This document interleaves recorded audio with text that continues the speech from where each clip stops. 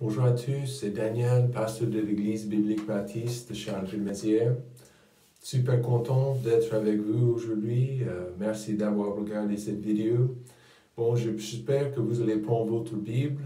On va chercher plusieurs passages aujourd'hui. On va examiner ce que Dieu a pour nous. Est-ce qu'on peut commencer avec la prière? Cher Père Céleste, merci pour cette occasion d'étudier ta parole. Bénis ces versets à nos cœurs. Je te demande pour les fidèles de notre assemblée de les encourager, de les motiver pour vivre pour toi. Évidemment, Père, dans le confinement toujours, ce n'est pas évident du tout ce qui va se passer avec le déconfinement. Donc je prie que tu sois avec nous, dirige, guide nos pas, Père. On a vraiment besoin de toi. Au nom de Jésus, je prie ces choses. Amen. Éphésiens chapitre 1. Éphésiens chapitre 1, on va penser à avant la fondation du monde. Éphésiens chapitre 1, versets 4, 5 et 6. Éphésiens 1, verset 4. La Bible dit, selon qu'il nous a élus en lui, avant la fondation du monde, afin que nous soyons saints, irrépréhensibles, devant lui par la charité, nous ayons prédestinés à être ses enfants adoptifs par le moyen de Jésus, d'après le bon plaisir de sa volonté, à la louange de la gloire de sa grâce qu'il nous a gratuitement accordée en son bien-aimé. Une chose que j'aime bien, une boulangerie que j'aime bien passer, c'est direction Place Ducal. Si vous connaissez la Charleville-Mézières, pas loin du bibliothèque, il y a une petite boulangerie qui est bien coincée. Et vraiment, chaque fois que j'entre dans cette boulangerie, j'achète la même chose. J'achète c'est une tarte aux cerises. Et ça fait plaisir pour moi. J'adore ça. Mais c'est intéressant de passer, de regarder ce que le boulanger il a préparé, le pâtissier, ce qu'il a préparé, la variété, les pâtisses, les délices en fait, les tartes aux framboises, mais les choses qu'il prépare dans cette boulangerie, cette pâtisserie, je ne vois ailleurs. Et ça, c'est très intéressant de voir les tartes différentes, la variété de choix. Et évidemment, de fois, on doit goûter quelque chose, une délice ou l'autre. Mais c'est intéressant de voir et de penser, même en entrant dans cette boulangerie, de comprendre que quelqu'un a pris beaucoup de temps en préparation. N'est-ce pas? C'est comme ça, des fois, quand je rentre à la maison et Janice, ma femme, elle a beaucoup préparé, elle a préparé un bon repas pour sa famille. Et moi, je m'assieds à la table et je vois que tous les détails c'est super propre, c'est bien préparé, et je sais bien, et j'apprécie bien ça. Et quand je regarde dans les Écritures, je vois aussi que Dieu, même, en éternité, a fait beaucoup de préparation pour nous. En éternité, avant la création, avant la chute d'Adam et Ève, Dieu avait préparé un chemin, une solution pour le péché, et c'est les résultats du péché. Dieu, dans sa sagesse, il a préparé un sacrifice, la Bible dit. Il y a un passage en 1 Pierre, chapitre 1, verset 19. « Mais par un précieux sang, comme d'un agneau, sans défaut et sans tache. Christ, attention, destiné déjà avant la création du monde. » Notre Père Céleste, il était conscient du fait que même sa création chuterait. Même sa création, Adam et Ève, ne seraient pas obéissants comme il fallait dans le jardin. Mais Dieu savait ce qui arriverait. Et il n'était pas, heureusement, il n'était pas choqué. Dieu n'était pas choqué par la réussite du serpent dans le jardin qui a tenté nos premiers parents. Et Dieu n'était pas choqué. Il avait un plan déjà en place pour nous sauver de notre misère, la misère de nos péchés, la condamnation de nos péchés. Et évidemment, Jésus-Christ, comme nous venons de lire, était la solution. Son sang, versé pour nous, était la solution définitive pour le problème de nos péchés. Avant, Jésus était la solution, et même beaucoup de siècles après, en 2020, Jésus reste toujours la solution aujourd'hui pour le problème du péché. Dans sa sagesse, il a préparé cette solution, mais pendant des siècles, cette solution, ce sacrifice ultime, l'agneau de Dieu, c'était un vrai mystère. On voit dans verset 9, Éphésiens 1, 9, « Nous ayons fait connaître le mystère de sa volonté selon le dessein bienveillant qu'il avait auparavant résolu en lui-même. » Donc c'était un mystère, cette solution définitive pour le mal, pour le péché, et un de ces jours pour tout le mal que nous voyons dans le monde. Les Juifs, les gentils, ne comprenaient pas du tout le plan pour sauver le pécheur. Ça me montre une grande chose, ça me montre la vraie sagesse de Dieu. Notre Père Céleste, il est conscient, il était conscient et il sera conscient. Il est un Dieu capable à veiller, capable à préparer, même avant la fondation du monde. C'est notre Père. Le COVID-19 ne choque pas Dieu. Vous savez, pensez à votre vie il y a 7-8 semaines. Vraiment, si je peux dire, le COVID-19 n'était pas sur notre radar. D'accord? On n'a pas vraiment pensé à la possibilité d'être en confinement pendant des mois. C'est fou ça. Mais Dieu n'était pas choqué. Les tempêtes n'étonnent pas Dieu. Les pertes dans notre vie, les difficultés sans solution dans notre vie sont souvent les résultats de notre monde perdu, n'est-ce pas? Nous voyons les tempêtes, les gens, les athées, les non-croyants, les ados, ils aiment bien blâmer Dieu.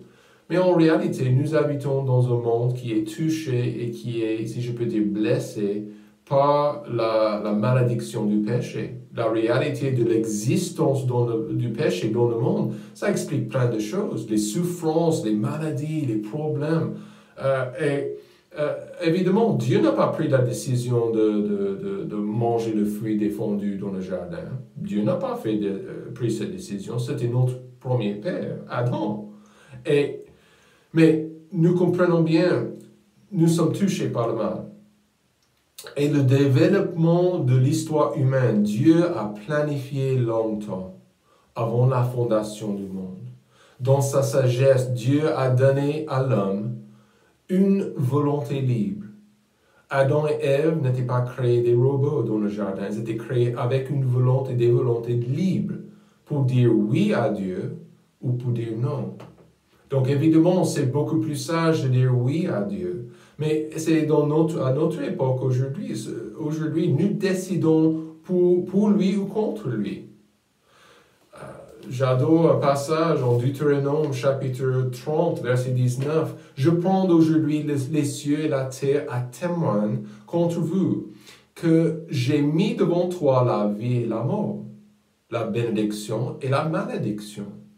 Choisis donc la vie, afin que tu vives, toi et ta postérité, en aimant l'Éternel ton Dieu et en obéissant à sa voix et en demeurant attaché à lui, car c'est lui qui est ta vie et la longueur de tes jours. » Donc le choix Pour les Juifs, c'est le même choix pour nous aujourd'hui. On peut dire oui à Dieu ou on peut dire non à Dieu. Comme un pâtissier, il a préparé des listes pour ses clients, pour les gens, pour ceux qui le choisissent. Dieu a préparé des bénédictions en avance pour ceux qui répondent à son appel.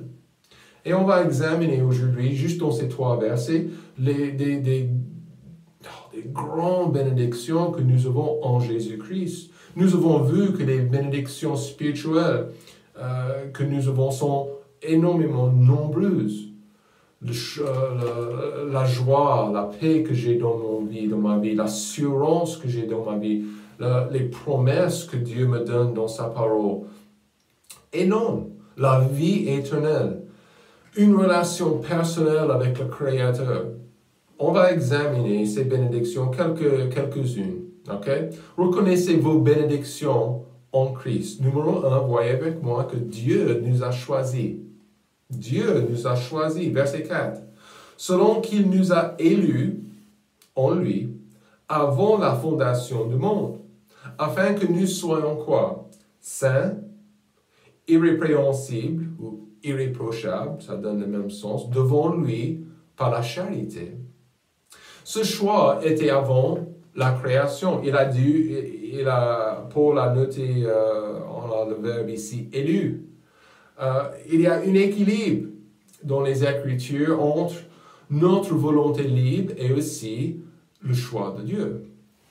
Notre salut est enraciné, évidemment, dans l'amour de Dieu, dans la grâce de Dieu. Il y a une demi-heure, j'avais une vidéo chat avec quelqu'un qui n'était pas certain de la vie éternelle. J'ai expliqué, la vie, l'évangile, comment cette personne peut être certain de la vie éternelle. Donc, notre salut s'est enraciné dans le fait que Dieu accorde la vie éternelle par la foi. C'est un don gratuit. C'est par la grâce. Il nous offre, il nous donne quelque chose que nous ne méritons pas. Il est bon, n'est-ce pas? Il est aimant. Juste penser au don de la vie éternelle, de savoir que j'irai au ciel après ma mort. Ça, c'est énorme. Le pécheur, laissé à ses voies, il ne cherche pas Dieu. La Bible est claire à ce sujet. Lisez Romains chapitre 3. Un pécheur laissé à lui-même, non, il ne va pas, première chose qu'il va faire, il ne va pas chercher Dieu. Mais en fait, c'était Jésus qui a dit en Luc 19 qu'il est venu pour chercher et sauver ceux qui étaient perdus. Ça, c'est nous, tout le monde. La Bible ne dit nulle part que Christ, que Dieu a choisi des gens non plus à aller en enfer. Donc, il y a évidemment, il y a des commentateurs qui voudraient dire que Dieu choisit des gens à la perdition et à l'enfer. Mais non, la Bible ne dit pas ça non plus. En fait, la Bible dit 2 Pierre 3, verset 9, que Dieu ne voulant point qu'aucun périsse, mais que tous viennent à la repentance. L'invitation à la vie éternelle, au salut, c'est quelque chose qui est ouvert à tous. Ce n'est pas limité aux Juifs, ce n'est pas limité aux Grecs, ce n'est pas limité aux Américains, aux Européens, c'est ouvert à tous. La Bible dit aussi en 2 Timothée, j'ai trouvé 2 Pierre, mais ça ce n'est pas juste. Oui, laisse-moi vérifier. 2 Timothée 1,9. Qui nous a sauvés et nous a appelés par un saint appel, non selon nos œuvres, mais selon son propre dessein. Voyez bien cette phrase. Et selon la grâce qui nous a été donnée en Jésus-Christ avant tous les siècles. Il nous a choisis avant. La Bible est claire, selon les desseins de Dieu. Donc, venez à Jésus-Christ. Si vous dites, je ne suis pas sûr si je suis choisi. Je ne suis pas sûr si je suis élu. J'ai une proposition, j'ai quelque chose à vous proposer aujourd'hui. Il faut venir vers Jésus-Christ dans la repentance et dans la foi pour savoir. Simplement. Il faut faire confiance à Jésus. Écoute, l'appel au salut, c'est ouvert à tous. Les gens peuvent choisir pour lui ou contre lui. Mais Dieu nous a choisis. Il nous a choisis au salut. Et on voit dans le verset 4, la sainteté, afin que nous soyons saints, purs. Paul parle ici de notre position, pas nécessairement, pas de notre comportement. Quand les gens pensent, oh, il est saint, il est bon, elle est sainte. Paul parle ici de notre position devant Dieu. Le moment quand j'ai accepté Jésus comme mon sauveur personnel, Dieu m'a mis dans une bonne place. OK? Ma position devant lui, il ne voit plus mes faiblesses ou mes péchés. Il voit la justice de son Fils unique. Romains chapitre 5, lisez ça pour ce chapitre pour vous-même. Notre salut est assuré et nous possédons en ce moment, si vous êtes sauvés, vous possédez la justice de Christ. Ce n'est pas quelque chose que vous allez perdre la semaine prochaine. Ça, c'est votre position éternelle. Si vous avez pris votre décision, Dieu vous a choisi. Dieu voit il ne voit pas notre justice, mais celle de Christ. Ça, c'est une bonne nouvelle, parce que je suis pécheur, comme vous. D'accepter lui, d'accepter sa justice, et sa justice est mise à mon compte. Et ça, c'est tu fais devant Dieu. On a la sainteté, on a aussi la haute standing. Vous voyez des pubs pour les maisons à vendre, à louer, et c'est souvent marqué en haute standing. Donc, c'est une très bonne situation, c'est un très bon local, un appartement, une maison, bien propre, bien préparé. Et Dieu dit aussi dans verset 4, la Bible dit, afin que nous soyons saints et irrépréhensibles devant lui par la charité. Les indignes, ça c'est vous et moi, si vous nous sommes sauvés, si vous êtes sauvés, les indignes ont été déclarés dignes grâce à Jésus. Jésus était sans tache et sa pureté est mise à notre compte. Irréprochable, irrépréhensible. Et honnêtement, pour nous aujourd'hui, ça c'est une bonne nouvelle. Nous comprenons bien une grosse bénédiction de la vie chrétienne, c'est le fait que Dieu nous a choisis. On a aussi, numéro 2, Dieu nous a adoptés. Verset 5. Nous ayons prédestinés à être ses enfants adoptifs par le moyen de Jésus, d'après le bon plaisir de sa volonté. La Bible enseigne beaucoup par rapport à la nouvelle naissance. Jean chapitre 3, Jésus a passé beaucoup de temps avec Nicodème. Nicodème était un pharisien. Il n'a pas tout à fait saisi le sens des prédications et des enseignements de Jésus. Et Jésus a expliqué qu'il fallait être né de nouveau, une naissance spirituelle. Mais dans la tête de Nicodème, il a pensé vraiment que Jésus parlait d'une deuxième naissance physique. Et Jésus il a expliqué en détail la signification de la nouvelle naissance. Au salut, le moment quand j'ai pris ou vous avez pris votre décision personnelle d'accepter Jésus comme votre sauveur personnel, vous êtes devenu membre de la famille de Dieu. La Bible dit en Jean 8 qu'avant cette décision, j'étais membre de l'autre famille, la famille du diable. Et Jésus a expliqué ça en Jean chapitre 8, versets 42, 43, 44. Et il m'a donné la vie. L'Esprit de Dieu a animé ma vie et mon esprit. J'ai un ami proche qui habite à Baton Rouge, en Louisiane, aux États-Unis.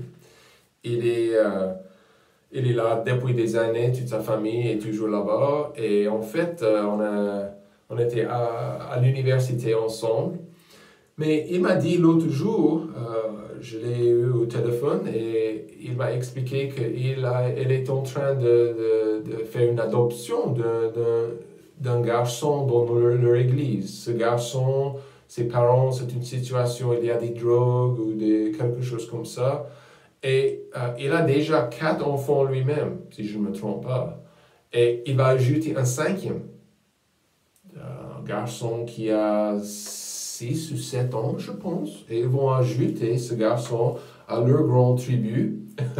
Et, mais je sais que ça, c'est vraiment important dans notre société. D'adoption, d'adopter. Donc, attendez, pensez avec moi. Les parents humains peuvent adopter les enfants et ils peuvent les aimer comme les enfants qu'ils avaient conçus. Un enfant adopté peut avoir l'égalité complète avec les autres membres, les autres enfants. Sa part aussi, l'enfant adopté peut avoir sa part dans l'héritage familial. Mais aucun parent humain ne peut donner à un enfant adopté la nature particulière qu'il lui-même possède. Mon ami qui habite à Baton Rouge, même s'il accorde l'amour, il élève son enfant selon les Écritures, il ne peut pas lui donner sa propre nature. C'est logique, c'est évident. Mais voilà le miracle de cette adoption que Dieu a effectuée.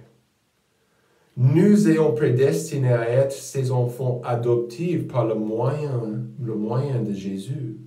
Voilà le miracle de cette adoption pour ceux qu'il a choisis, ceux qui font confiance à lui. Il fait d'eux des fils semblables à son propre fils. Jésus. Le chrétien possède non seulement les richesses et les bénédictions du Fils, mais également sa nature.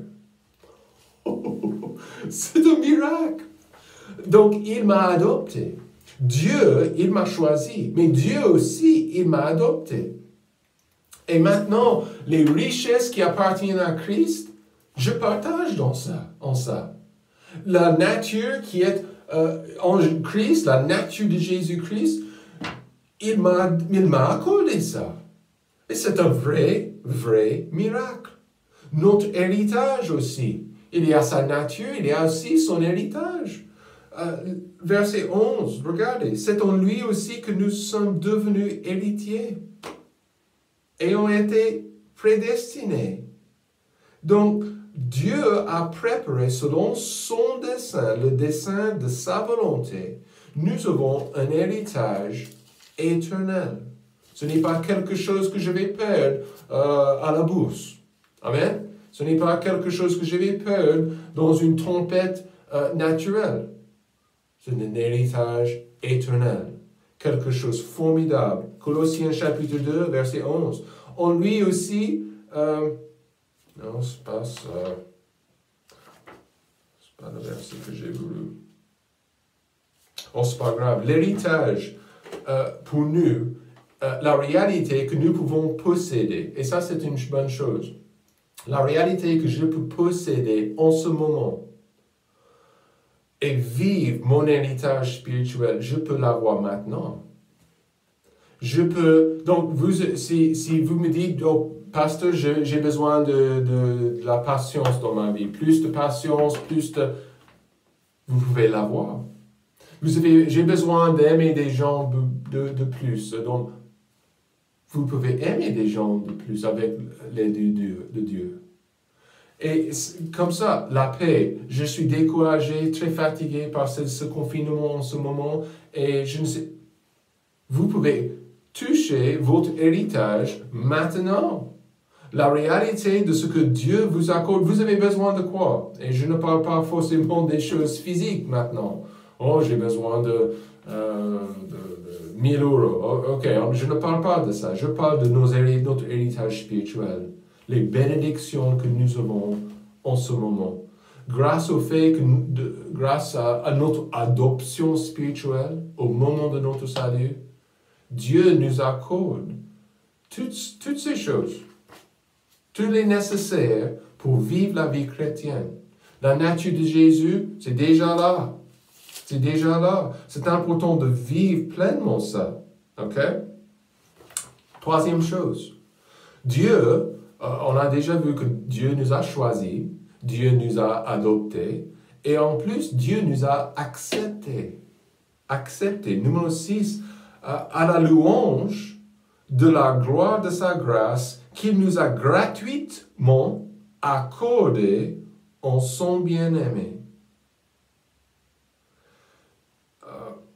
Je me souviens, je suis obligé de chaque année, comme beaucoup des gens, parce que je suis étranger, je passe à la préfecture et je présente mon dossier pour être renouvelé.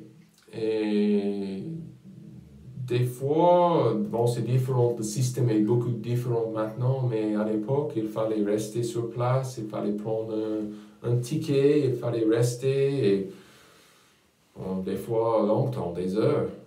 Mais maintenant, c'est sur rendez-vous, beaucoup plus direct, plus simple. Je me souviens, il y avait des gens qui étaient vraiment fâchés, énervés devant le responsable. Je me souviens des fois, ils ont essayé de forcer, de donner des choses aux responsables pour le dossier, des choses expirées, des choses qui n'étaient pas valables, des faits, des documents qui n'étaient pas acceptés par l'État. Mais ils ont essayé de forcer ces documents aux responsables. Et souvent, vous savez ce que les responsables ont fait? Ils ont fait comme ça. Ils ont fait comme ça. Non, on n'accepte pas ça. Refusez. Refusez. Dieu n'accepte personne qui essaie de s'approcher de lui par la religion, par son effort, par ses œuvres.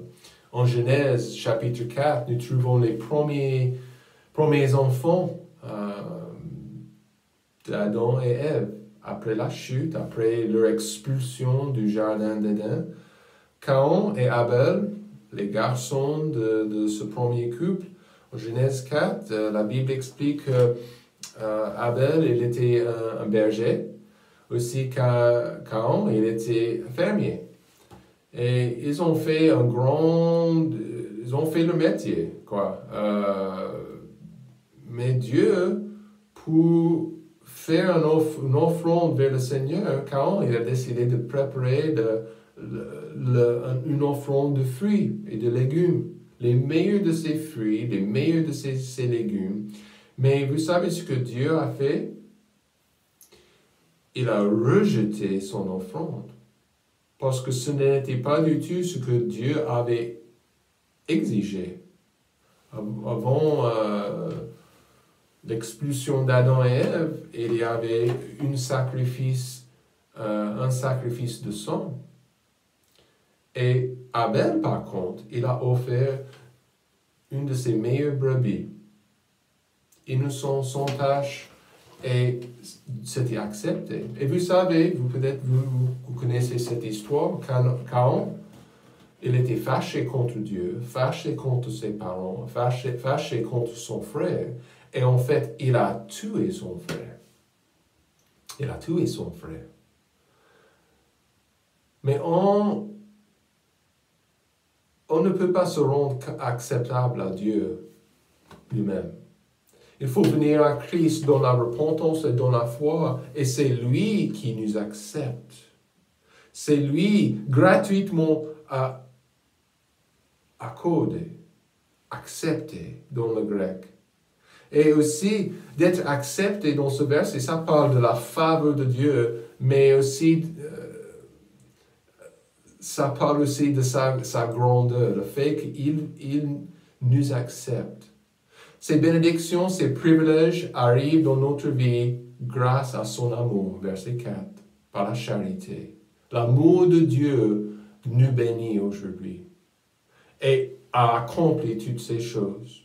Ces vérités, ces bénédictions ont aussi pour l'objectif, verset 6, à la louange de quoi? De la gloire de sa grâce. Écoutez, si vous connaissez Jésus-Christ comme votre sauveur personnel, vous êtes bénis. Il a, avant même la fondation du monde, il a déjà préparé un plan, préparé un sacrifice, préparé un remède pour notre péché. Mais si vous n'êtes pas certain, s'il vous plaît, vous avez une décision à prendre. Un de ces jours, vous allez mourir et il faut être certain où vous irez une seconde après votre mort. Dieu, peut-être vous pensez que Dieu va vous accepter. Regardez dans la Bible. Qu'est-ce que la Bible dit par rapport à cet acte? Est-ce que vous passez par le chemin? Jésus a dit en Jean 14, « Je suis le chemin, la vérité et la vie. Nul ne vient au Père que par moi, il a dit. » Est-ce que vous venez par Christ? Sinon, vous serez rejeté. OK? Donc, si vous avez des questions, vous pouvez me contacter par mail, mon numéro de contact, c'est sur notre site internet aussi. Donc, j'espère que vous cherchez, vous passez par le sacrifice de Dieu. Passez une bonne journée. À la prochaine.